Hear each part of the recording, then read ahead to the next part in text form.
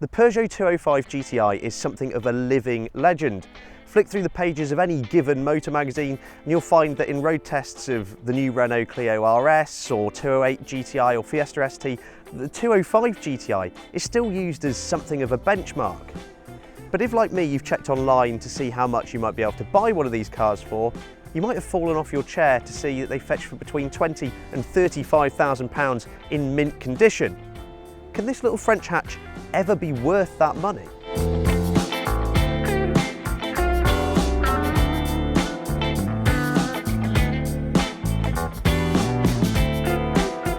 Okay, I have a few things to confess.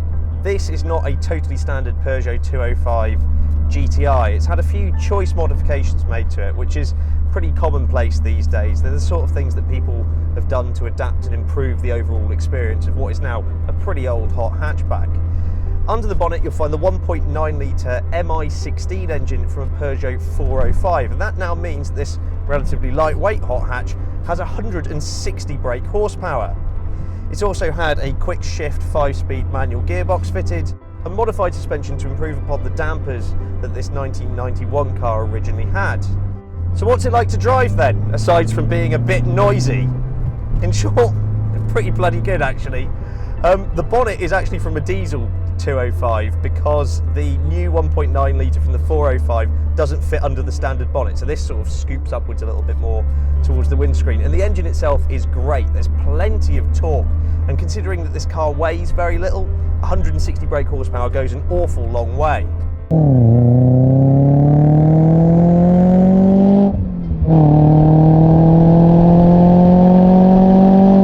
It pulls really cleanly throughout the rev range, and actually sounds pretty good too. That quick shifter definitely adds something to the experience as well.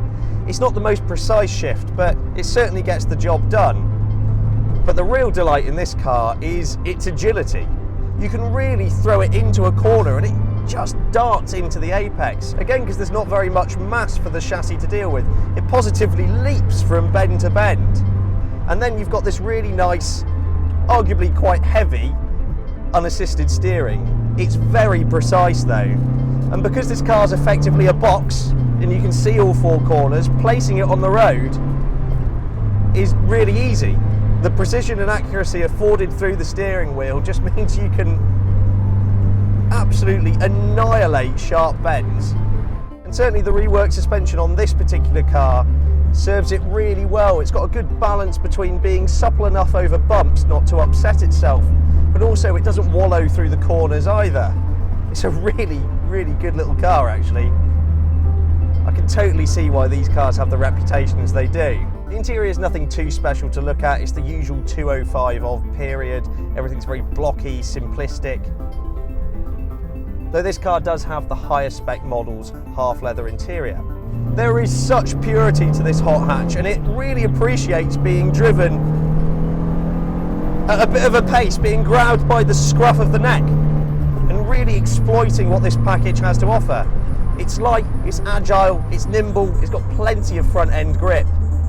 It's a really enjoyable thing, and the lack of any sort of numb feeling in this car is ultimately what new hot hatches can take away from this.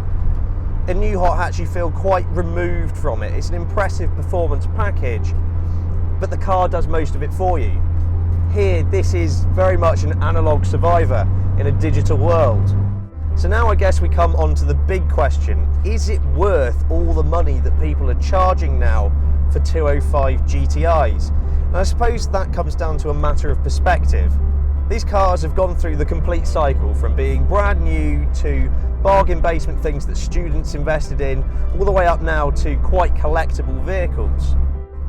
This particular car was taken care of by Peugeot's own Performance Academy in the UK, which helps train engineers, the next generation of engineers for Peugeot and other manufacturing. They've done a really great job. The car is immaculate, it drives fantastically. And this particular car was recently sold for around about £25,000. Is it worth that? Yeah, I think it is. Do you know what? I think it is, because whilst this sort of experience was common as much as when the car was new, today it's a very rare thing to find such an engaging car that's the right size, the right potency, and, you know, arguably it punches well above its weight if you sit it next to any modern hot hatchback. The cars that are out there at the moment fetching over £30,000, they're sort of concourse pieces, they're hardly touched, they're low mileage, and in many respects people will want to keep them that way. And that's a bit sad actually, because this car deserves to be driven, it deserves to have its legs stretched. It's such an enjoyable thing to drive. Now, if it was my money, I would buy a bit of a ratty one and really, really exploit it. Whilst opinions differ on how much a 205 GTI is really worth these days, everyone's in full agreement that this was, and still is, one of the greatest hot hatches ever made.